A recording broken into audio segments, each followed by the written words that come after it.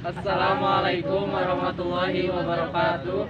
Kami dari kelompok 9 akan mempresentasikan tugas ekonomi mikro materi dari ke-8 sampai ke-13. Perkenalkan, saya Farida akan menjelaskan materi ke-8 yaitu struktur pasar. Perkenalkan, nama saya Gilbert Awalwan. Saya akan menjelaskan materi yang ke-9, perdagangan internasional. Perkenalkan, nama saya Kapitil Hayu. Saya akan menjelaskan materi ke-10 yaitu eksternalitas serta regulasi pemerintah dan masyarakat. Perkenalkan, nama saya Muhammad Herul Kalam. Saya akan menjelaskan materi ke-11, faktor tenaga kerja. Perkenalkan, nama saya Fuad Hasim. Saya akan menjelaskan materi ke-12 sampai ke-13 yaitu tentang faktor-faktor produksi.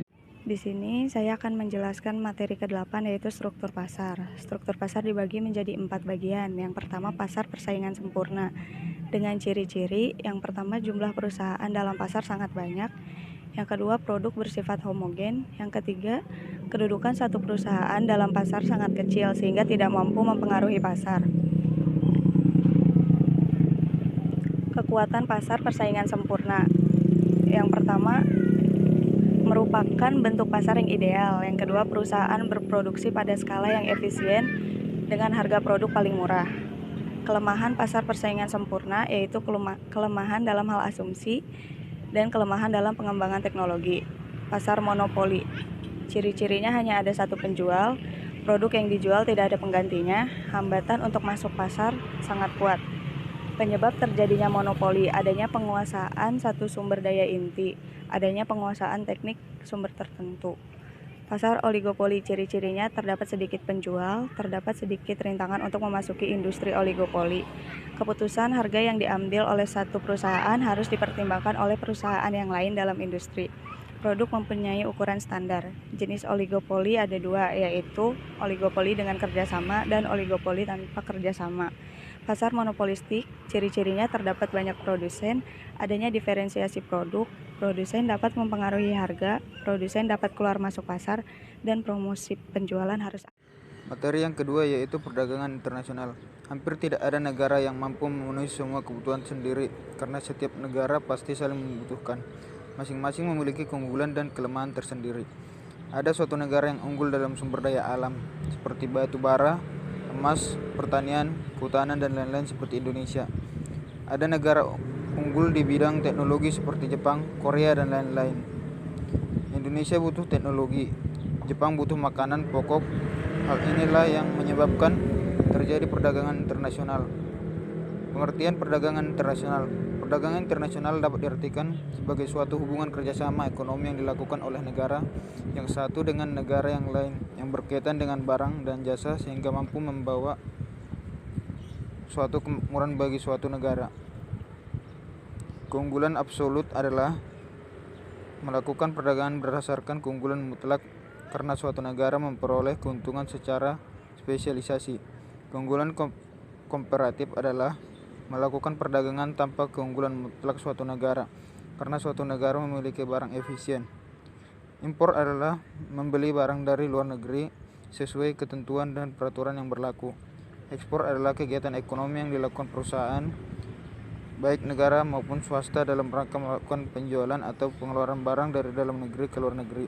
Kebijakan perdagangan proteksionis adalah kebijakan perdagangan yang melindungi produk-produk dalam negeri agar mampu bersaing dengan produk asing yang dilakukan dengan cara membuat berbagai rintangan atau hambatan arus produksi dari dan ke luar negeri. Adapun macam-macam kebijakan perdagangan proteksionis antara lain: 1. Kuota impor, kedua kuota ekspor, ketiga subsidi, keempat tarif impor, kelima tarif ekspor, keenam premi, ketujuh diskriminasi harga, ke-8 laporan ekspor, ke-9 larangan impor, yang ke-10 dumping. Materi ke-10 yaitu eksternalitas serta regulasi pemerintah dan masyarakat. Eksternalitas adalah kerugian atau keuntungan-keuntungan yang diderita atau dinikmati pelaku ekonomi karena tindakan pelaku ekonomi lain. Kegiatan seseorang atau sekelompok orang yang berupaya meningkatkan kesejahteraan, menimbulkan kerugian atau keuntungan bagi orang atau kelompok yang lainnya. Eksternalitas terbagi menjadi dua, yaitu eksternalitas ekonomi yang saling menguntungkan dan eksternalitas disekonomi yang merugikan orang lain.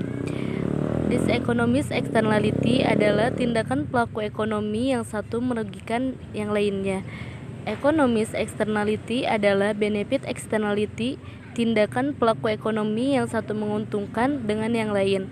Eksternalitas yang menguntungkan maupun yang merugikan menyebabkan adanya efek dari eksternalitas negatif. Nah, efek dari eksternalitas negatif ini terbagi menjadi 4. Pertama yaitu efek atau dampak satu produsen terhadap produsen lain.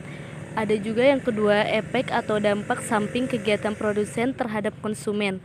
Yang ketiga yaitu efek atau dampak dari suatu konsumen terhadap konsumen lain. Yang keempat, efek akan dampak dari suatu konsumen terhadap produsen. Cara mengatasi eksternalitas negatif yaitu misalnya EPA atau Environmental Protection Agency mewajibkan semua pabrik untuk mengurangi limbahnya hingga 300 ton per tahun. Pajak Pigopian FAPA mengenakan pajak sebesar Rp 5.000 atau setiap ton limbah yang dibuang oleh setiap pabrik. Penerapan teori Mankowski, pelaku ekonomi pribadi atau swasta dapat mengatasi sendiri masalah eksternalitas yang muncul di antara mereka melalui negosiasi sehingga efisien bagi kedua pihak. Izin populasi yang dapat diperjualbelikan yaitu Pertemuan ke-11, pasar faktor produksi tenaga kerja. Faktor produksi adalah sejumlah input yang digunakan untuk memproduksi barang dan jasa. Ada juga yang berfahaman faktor produksi adalah suatu barang atau proses yang dimanfaatkan sebagai sarana untuk menciptakan nilai jual dan guna pada produk dan jasa. Factor of production digunakan untuk memproduksi barang dan jasa. Tenaga kerja, land, kapital, peralatan dan struktur yang digunakan untuk produksi barang dan jasa. Harga dan jumlah input akan dipengaruhi oleh supply dan demand dalam faktor market. Permintaan terhadap suatu faktor produksi adalah permintaan turunan. Permintaan perusahaan terhadap faktor produksi diturunkan dari keputusannya untuk memasok suatu produk ke pasar lain. Pasar faktor produksi adalah tempat pertemuannya permintaan dan penawaran. Penawaran faktor-faktor produksi yang berupa alam, tenaga kerja, modal, dan pengusaha. Perbedaan pasar faktor produksi dengan pasar hasil produksi. Pasar faktor produksi 1. Penawaran berasal dari konsumen atau masyarakat. 2. Permintaan berasal dari produsen atau pengusaha. 3. Menawarkan faktor-faktor produksi. 4. Hasil yang diperoleh berupa sewa, upah dan gaji, bunga dan laba. Pasar hasil produksi. Penawaran berasal dari produsen atau pengusaha.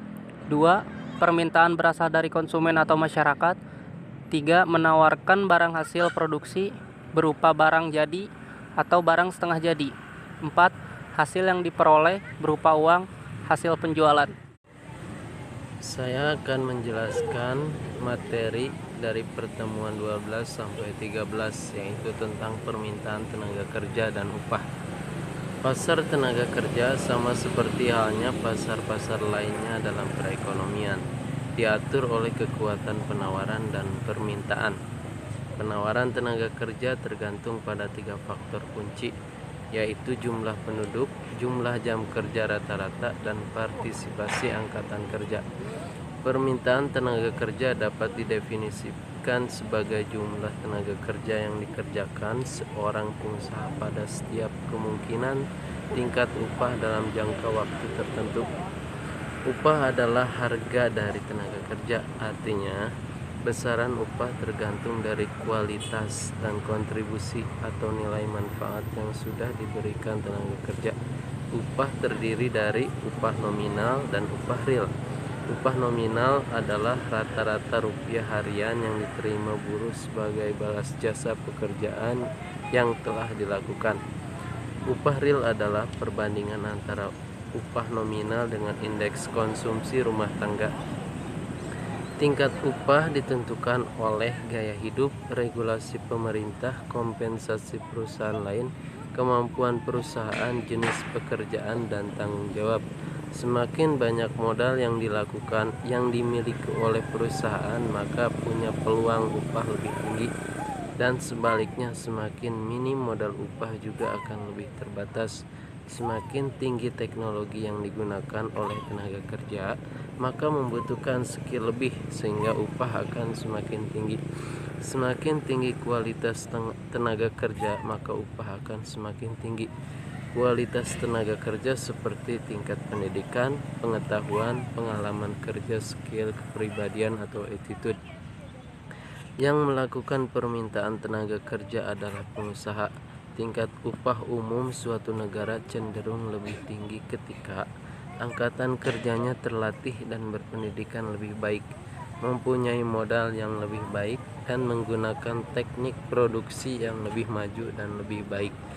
Artinya, kalau kita ingin memiliki gaji besar, kita harus menjadi tenaga kerja yang memiliki skill atau terlatih, memiliki pengetahuan luas atau berpendidikan tinggi, mempunyai kemampuan menggunakan teknologi tinggi atau maju.